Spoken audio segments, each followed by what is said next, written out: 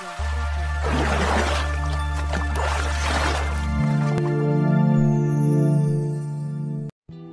adalah tali penghubung antara hamba dengan Allah. Dan para bidadari menghadapnya atau memperhatikannya. Jadi para bidadari memperhatikan kita. Jadi pas sholat itu kita pintu surga dibuka, hijab antara kita dengan Allah itu diambil, dihilangkan, jadi langsung bisa menghadap Dia secara langsung. Kemudian para bidadari memperhatikan kita. Orang yang sholat itu akan dimudahkan oleh Allah Ta'ala untuk banyak solusi, ya, solusi kehidupannya, ya. Jadi makanya sholat yang baik agar kita tidak mudah kena musibah-musibah, ya, kita tidak mengeluh.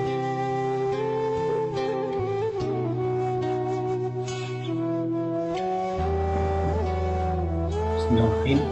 Assalamualaikum warahmatullahi wabarakatuh. Waalaikumsalam warahmatullahi wabarakatuh. Alhamdulillahilladzi anzala as-sakinata fi qulubil mu'minin liyazdadu imanan ma'a imanihim. Walillahi junudus samawati wal ardh wa kana Allahu aliman hakima. Asyhadu an la ilaha illallah wahdahu la syarika lah wa asyhadu anna Muhammadan abduhu wa rasuluh la nabiyya ba'dah. Allahumma fassalli wa sallim wa karrim ala hadzal nabiyyil karim nabiyyina Muhammadin sallallahu alaihi wasallam wa ala alihi wa azwajihi wa dzurriyyatihi wa ahli baitihi wa man tabi'ahum bi ihsan ila yaumiddin. Amma ba'd. Fayal hadirun usikum wa iyaya bittaqwallah wa ta'atihi la'allakum tuflihun. Allahumma la sahla illa ma ja'altahu sahla wa anta taj'al hazna idza syi'ta sahla. Amma ba'd. Alhamdulillahirabbil alamin. Hadirin Bapak Ibu rahmatullah. Kita wajib senantiasa bersyukur kepada Allah Ta'ala yang telah memberikan kita limpahan nikmat zahir maupun batin, sehingga kita bisa melaksanakan ibadah kepada Allah di hari ini. Kita bisa melaksanakan amalan-amalan baik di hari ini, dan kita juga masih bisa berkumpul untuk mengkaji ilmu Islam ini. Semoga Allah senantiasa berkenan melimpahkan rahmat dan hidayah untuk kita semuanya, memudahkan kita, memberikan manfaat ilmu yang kita dapatkan, dan semoga kita semua kelak mendapatkan husnul khatimah. Amin ya rabbal alamin. Hadirin Bapak Ibu rahmatullah, hari ini kita akan melanjutkan tentang hikmah atau fadilah ibadah-ibadah sholat kita, yang apabila dilaksanakan dengan baik maka akan banyak hikmah yang kita dapatkan. Bismillahirrahmanirrahim. Hadirin, fadilah ibadah sholat yang berikutnya, yang ke-9, ya, ini sebagai tali penghubung antara hamba dan Allah. Sholat adalah tali penghubung antara hamba dengan Allah. Rasulullah bersabda dari dalam hadis yang diriwayatkan oleh Abu Umamah radhiyallahu anhu. Dia bersabda, "Innal 'abda idza qama fi sholati futihat lahu abwabul jannati wa kushifat lahul hujub bainahu wa baina rabbih wastaqbalathul hurul 'ain ma lam yamtakhid aw yatanakha." Hadirin, ini sedikit mengulang yang kita pelajari sebelumnya. Bahwasanya Nabi bersabda yang artinya, sungguhnya seorang hamba ketika mendirikan sholat, maka dibukakan baginya pintu-pintu surga. Jadi saat kita sholat, dibuka pintu-pintu surga itu. Dan dihilangkan segala hijab, penutup atau penghalang antara dia dengan Tuhannya. Hijab antara kita dengan Allah itu dihilangkan. Jadi sangat dekat, langsung kita terhubung dengan Allah, ya. pas sholat itu. Ini luar biasa. Dan para bidadari menghadapnya atau memperhatikannya. Jadi para bidadari memperhatikan kita. Jadi pas sholat itu kita pintu surga dibuka, hijab antara kita dengan Allah itu diambil, dihilangkan, jadi langsung bisa menghadap Dia secara langsung. Kemudian para bidadari memperhatikan kita. Selama dia tidak mengeluarkan ingusnya atau berdahak.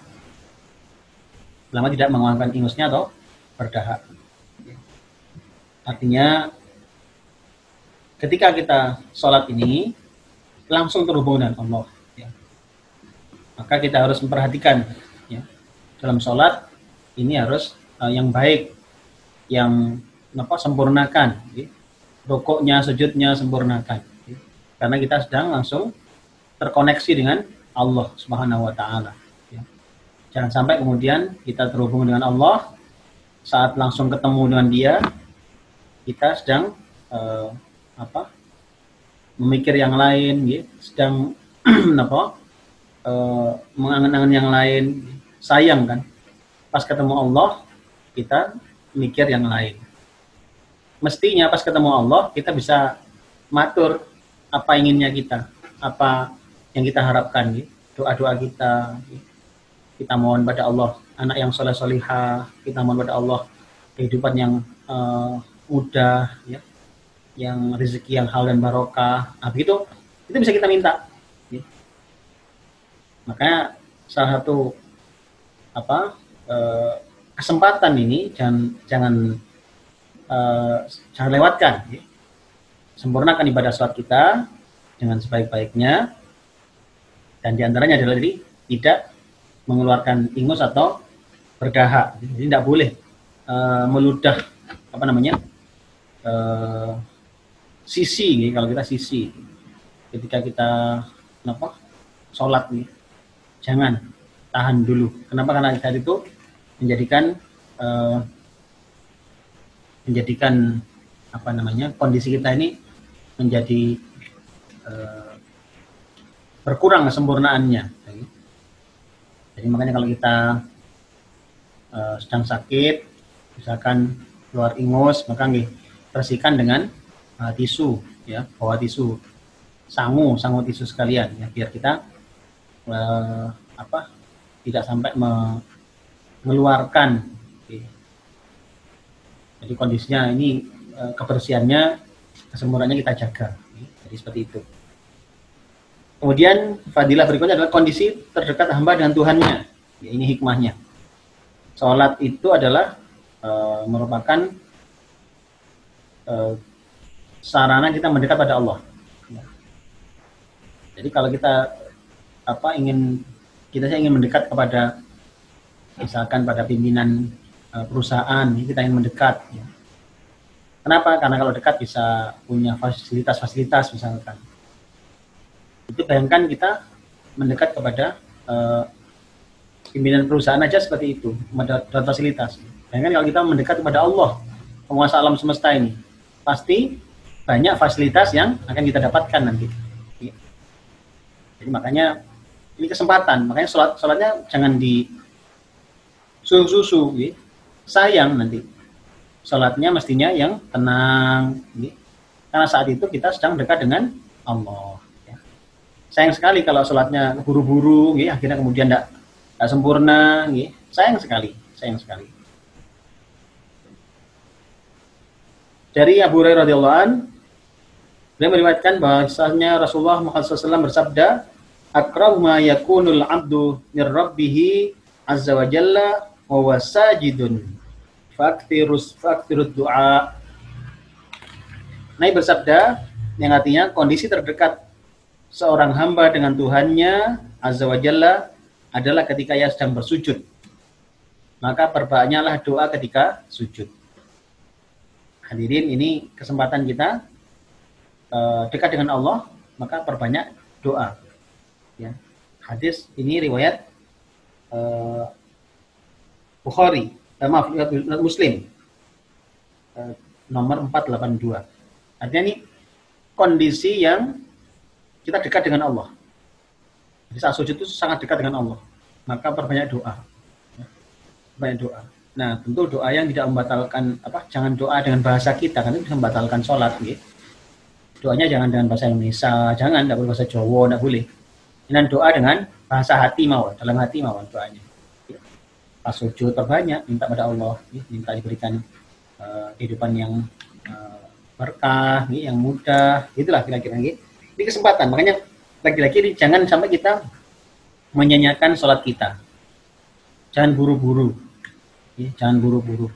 Oh ini kesempatan dekat sama Allah kok malah kupuh kabeh, jangan. Sempurnakan, ya, sempurnakan. Rukuk sujudnya sempurnakan. Jangan sampai kita termasuk orang mencuri sholat. Ya. Ingat kan, Rasulullah dawuh, sejelek-jelek pencuri adalah orang yang mencuri sholatnya. Sahabat bertanya, bagaimana seorang mencuri sholatnya? Ya. Beliau bersabda, mereka ini mencuri sholatnya dengan la yutimmu ruku'ahu wala sujudahu, dengan tidak menyempurnakan rukuknya dan sujudnya. Jadi kalau kita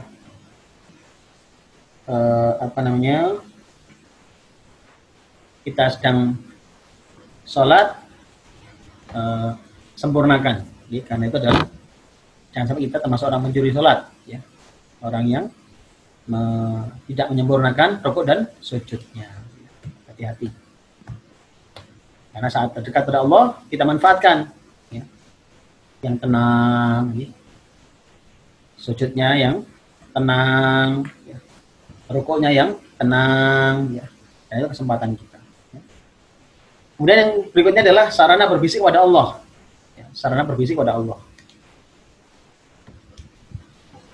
Anas bin Malik radhiyallahu an meriwayatkan bahwa Rasulullah Muhammad SAW bersabda, "Innal mu'mina idza kana fis sholati fa innama yunaji rabbahu fala yabzuqanna baina yadayhi wala an yaminihi walakin an yasarihi au tahta qadamihi." Sesungguhnya ketika melaksanakan sholat, seorang mukmin sedang berbisik kepada Tuhannya. Nah, sholat kita ini sedang berbisik-bisik, sedang bermunajat kepada Allah, ya, sedang bisik-bisik dengan Allah. Dan makanya kita ini berbisik-bisik kepada Allah kok keburu-buru, ya. Sayang kan, sedang bermesraan dengan Allah, sedang kita ini ketemu, sedang nikmat-nikmatnya kok keburu-buru, ya. Buru selesai, ya. Ini kan nggak menjiwai, berarti kan, sholatnya nggak menjiwai.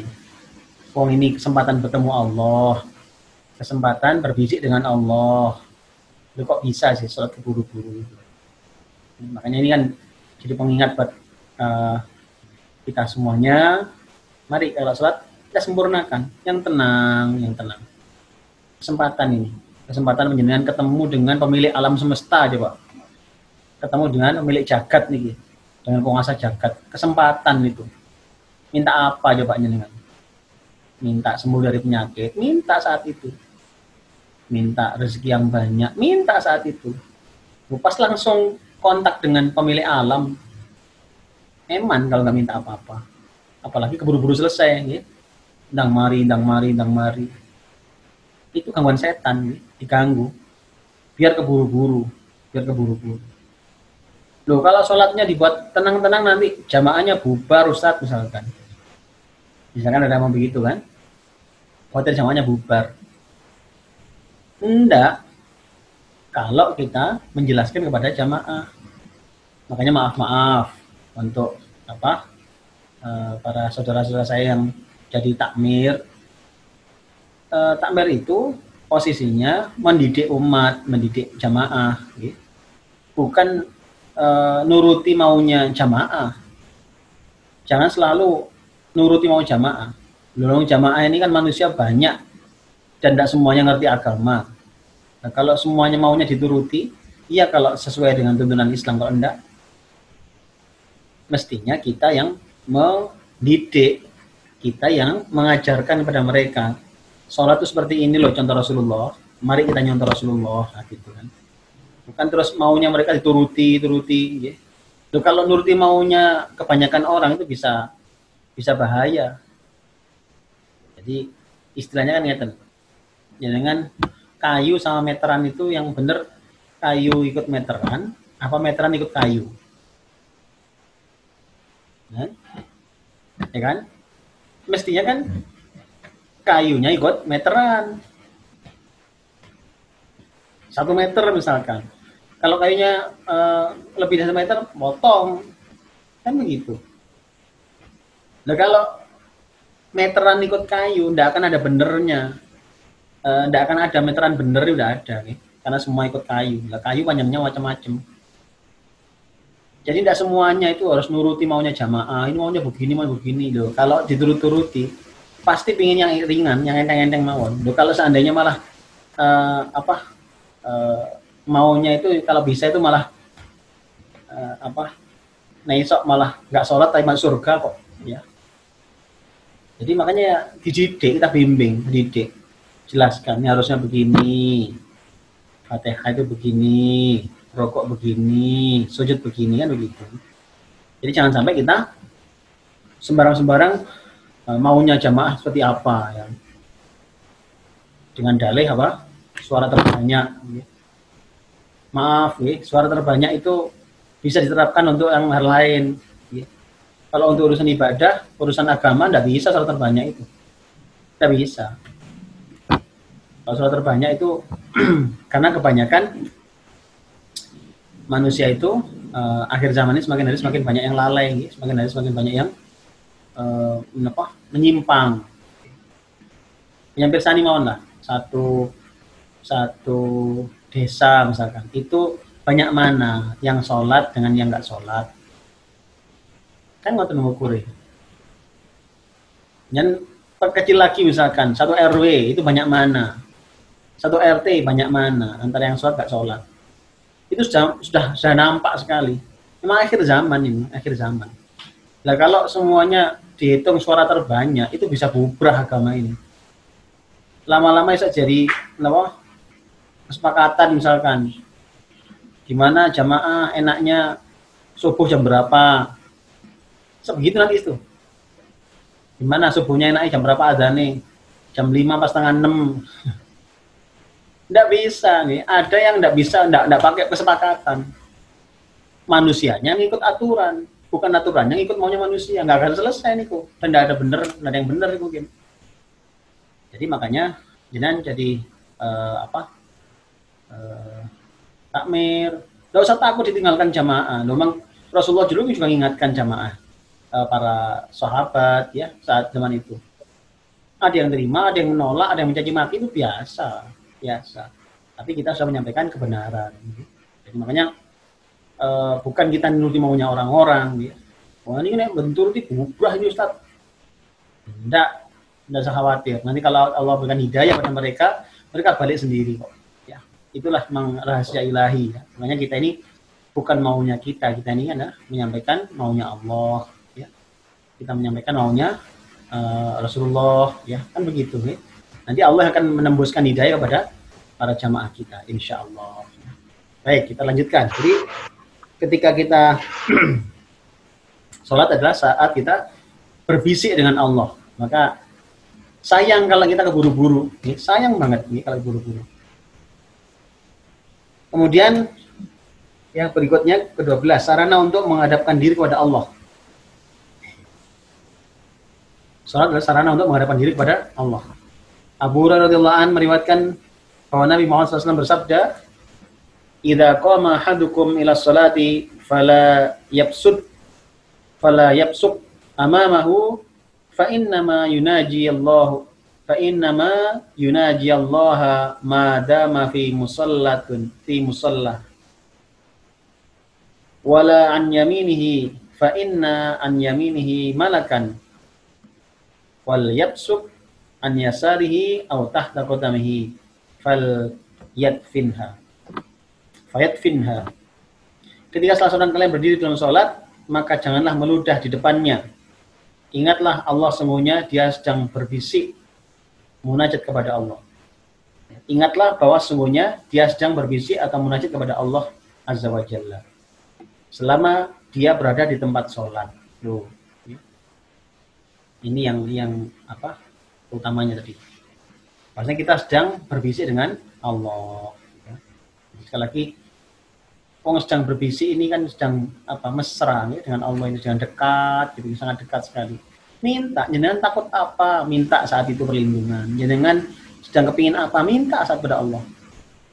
Sayang, wong pas dekat, pas bisik-bisik langsung berbisik. Kayak misalkan jenengan gambarannya sekarang kita kedatangan tamu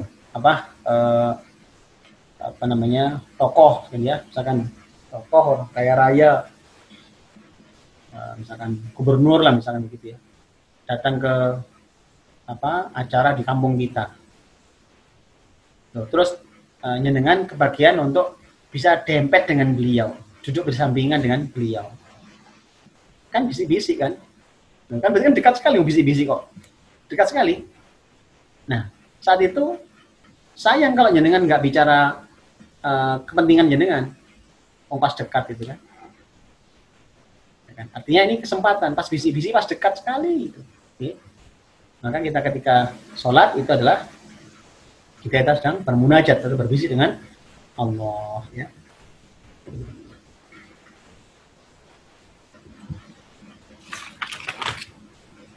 Kemudian yang berikutnya adalah zikir hamba kepada Allah. Salat merupakan zikir hamba kepada Allah.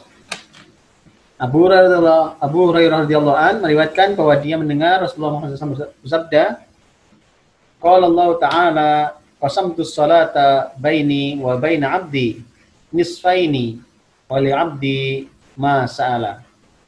Fa idza qala al-'abdu alhamdulillahi rabbil alamin qala Allah Ta'ala hamidani 'abdi wa idza qala ar-rahmanir rahim qala Allah Ta'ala athnai alayya 'abdi wa idza qala maliki yaumiddin qala Allah Ta'ala majjadani 'abdi wa qala marratan fawwadda ilayya 'abdi fa idza qala iyyaka na'budu wa iyyaka nasta'in qala hadza baini wa baina 'abdi wa li 'abdi ma sa'ala fa idza qala ihdinas siratal mustaqim siratal ladzina an'amta 'alaihim ghairil maghdubi 'alaihim waladdallin qala Allah Ta'ala hadza li 'abdi wa li 'abdi ma sa'ala.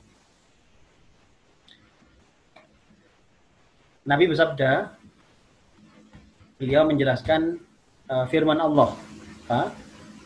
Jadi ini hadis qudsi ya.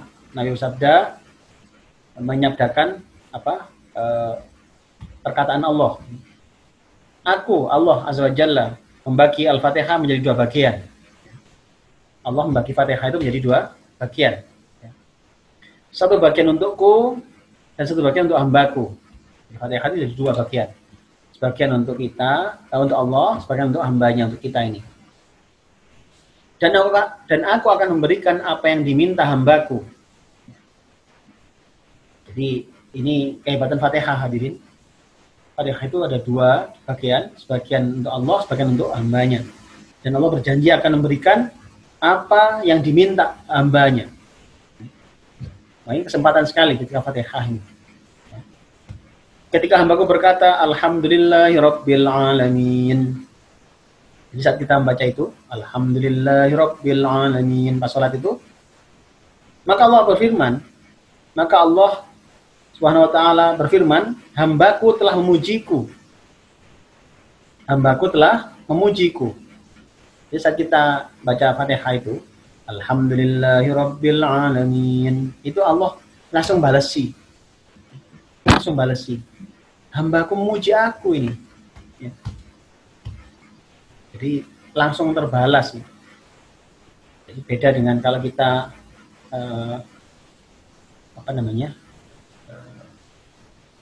misalkan kita ini bicara sama orang, ya, itu kan tidak selalu langsung terbalas ya. Lewat HP kita WA, tidak selalu terbalas. Ini Allah langsung balas ini. Ketika kita baca Alhamdulillahirabbil alamin, ya, Allah langsung membalas. Beliau berfirman, hamidani 'abdi, hambaku memuji aku. Dan ketika kita mengatakan Ar-Rahmanir Rahim, Maka Allah berfirman, "Athnai abdi." Hambaku telah menyanjungku. Jadi saat kita Ar-Rahmanir Rahim, itu Allah balas langsung, "Athnai abdi." Ini hambaku menyanjung aku ini. Dan ketika kita mengatakan Maliki Yaumiddin, ya. Allah dawuh malih, "Majjadani abdi." Hambaku telah mengagungkan aku. Jadi di situ hadirin, ada komunikasi di situ. Al-Fatihah itu sudah komunikasi dengan Allah kita ya. Kita alhamdulillah rabbil alamin. Allah langsung apa? Membalas tadi itu. Ya, hamidani abdi. Ar-Rahmanir Rahim. Athnai abdi. Langsung dibalas begitu. Hambaku ini menyanjungku. Ya. Maliki Yaumiddin. Majjadani abdi. Hambaku ini mengagungkan aku ini. Kemudian dan sesekali Allah dawuh fawadda ilayya abdi, dengan bahasa lain. Limajjadani abdi atau fawadda ilayya abdi, yang artinya hambaku menyerahkan diri kepadaku. Hambaku menyerahkan diri kepadaku. Saat kita Maliki Yaumiddin itu hadirin, itu gitu jawabannya. Kemudian saat kita mengatakan iyyaka na'budu wa iyyaka nasta'in, Allah SWT berfirman, saat kita mengatakan itu, Allah berfirman, hadza baini wa baina 'abdi wa li 'abdi ma sa'ala. Saat kita mengatakan iyyaka na'budu wa iyyaka nasta'in, hadza baini wa baina 'abdi wa li 'abdi ma sa'ala. Ini inilah perjanjian antara aku dengan hambaku, dan untuk hambaku apa yang dia minta. Saat kita sudah begitu, iya kena udah iya kena stain, langsung Allah menyampaikan begitu. Jadi kita akan diberikan apa yang kita minta. Luar biasa ini hadirin. Kemudian ketika kita mengatakan ihdinas siratal mustaqim, kita mengatakan demikian dalam Fatihah itu, Allah membalas. Jadi saat kita mengatakan ihdinas siratal mustaqim siratal ladzina an'amta 'alaihim, saat seperti itu sampai habis ya, ghairil maghdubi 'alaihim waladdallin, itu Allah kemudian berfirman saat kita mengatakan demikian, hadza li 'abdi wa li 'abdi ma sa'ala. Ya.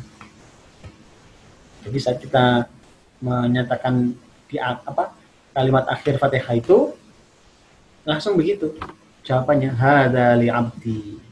Ini hak hambaku. Wa li 'abdi ma sa'ala, dan bagi hambaku apa yang dia minta. Tuh. Langsung. Jadi saat kita habis Fatihah itu kita dikasih apa yang kita minta.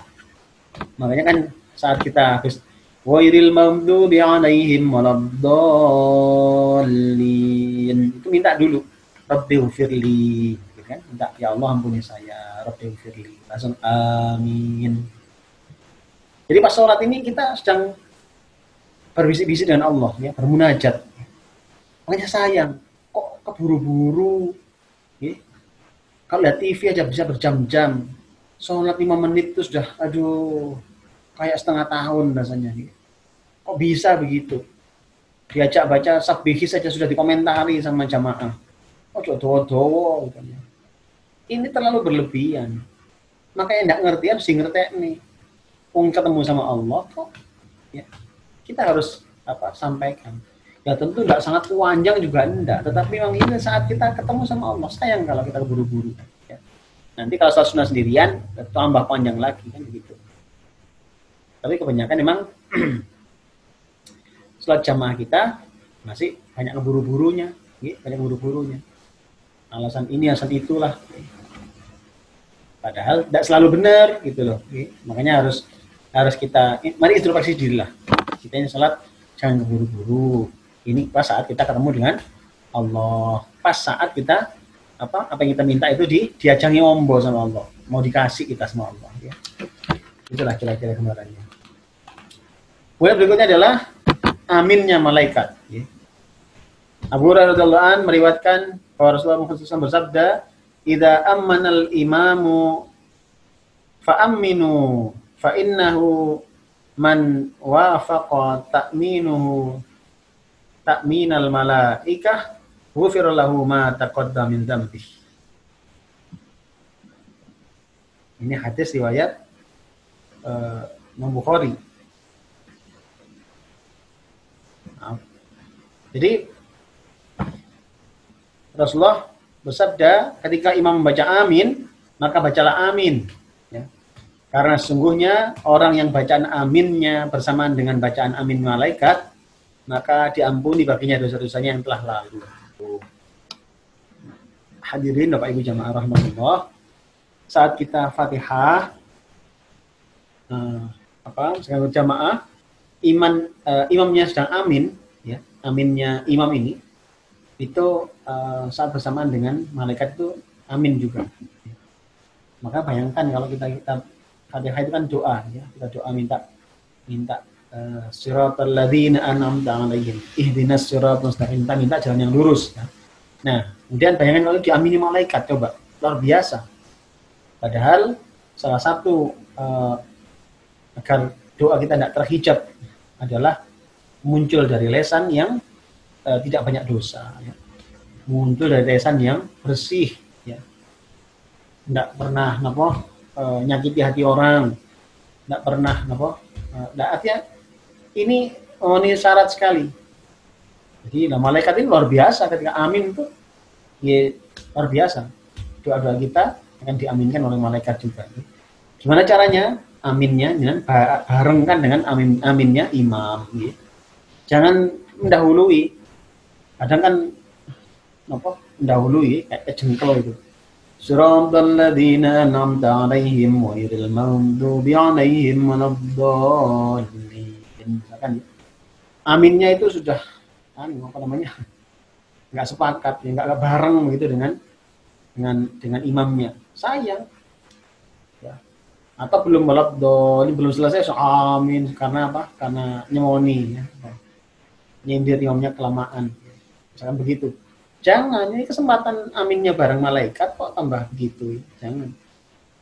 Maka barengkan malaikat. Dengan cara apa? Aminnya bareng dengan imam. Kemudian fadilah berikutnya adalah mencegah perbuatan keji dan mungkar. Salat itu bisa mencegah perbuatan keji dan mungkar. Ya, Allah berfirman dalam hadis dalam Al-Qur'an surat Al-Ankabut ayat 45. Allah berfirman, "A'udzubillahi minasyaitonir rajim. Utlu ma uhiya ilaika min kitabi wa aqimis salata innas salata tanha 'anil fahsya'i wal munkar wa la dzikrullahi akbar wallahu ya'lamu ma tasna'un." Allah berfirman, bacakanlah apa yang kami wahyukan kepada kamu dari Alkitab, Al-Quran ini, dan tegakkanlah sholat, karena sungguhnya sholat itu mencegah dari perbuatan keji dan mungkar, dan sungguhnya mengingat Allah itu perkara yang sangat besar, dan Allah mengetahui apa yang kalian kerjakan. Hadirin, yang digarisbawahi adalah sholat ini mencegah perbuatan keji dan mungkar. Makanya sempurnakan sholat kita. Nanti kita akan lebih mudah meninggalkan perbuatan-perbuatan yang dosa itu. Jadi perbaiki sholat kita, kita akan lebih mudah bisa meninggalkan dosa-dosa itu. Ya. Karena sholat itu bisa mencegah perbuatan keji dan mungkar. Ya. Kemudian berikutnya yang fadilah yang lain adalah meneguhkan hati sehingga tak mudah mengeluh. orang yang sholatnya bagus itu tidak mudah mengeluh. Ya. Kok bisa begitu? Allah berfirman dalam Al-Quran, surat Al-Ma'arij ayat 19 sampai 23. Ya. A'udzu billahi minasyaitonir rajim. Innal insana khuliqa halu'a idza massahu asy-syarru jazu'a wa idza massahu al-khairu manu'a illal musallin alladzina hum 'ala salatihim daimun. Sadaqallahul azim. Allah berfirman yang artinya sungguhnya manusia diciptakan dalam keadaan lemah. Jika mendapatkan keburukan, maka mereka mengeluh. Dan jika mendapat kebaikan, maka mereka begitu pelit. Kecuali orang-orang yang selalu menjaga dan melanggengkan sholatnya. Jadi artinya mungkin tidak mudah mengeluh ketika orang itu sholatnya baik. Karena orang yang sholat itu akan dimudahkan oleh Allah Ta'ala untuk dapat banyak solusi, ya. Solusi dalam kehidupannya, ya. Jadi makanya sholat yang baik agar kita tidak mudah kena musibah-musibah, ya. Ya, kita tidak mau mengeluh. Ya. Yang ke-17, menyelamatkan tubuh anggota sujud dari api neraka, ya. Menyelamatkan tubuh anggota sujud dari api neraka. Abu Hurairah radhiyallahu anhu meriwayatkan bahwa Nabi Muhammad SAW bersabda, yang dalam hadis panjang hadisnya ini, yang ini adalah orang yang sholat itu sholatnya baik akan terselamatkan dari api neraka. Ya. Makanya kalau kita sedang posisi sholat perbaiki, saat itulah kita akan dijauhkan dari api neraka. Ya. Ini kesempatan kita. Jangan sholatnya buru-buru, jangan sholatnya seenaknya, ya. Jangan sholatnya kesannya itu hanya sekedar biar berkewajiban, ya. Sayang karena sholatnya ternyata hikmahnya banyak sekali hikmahnya.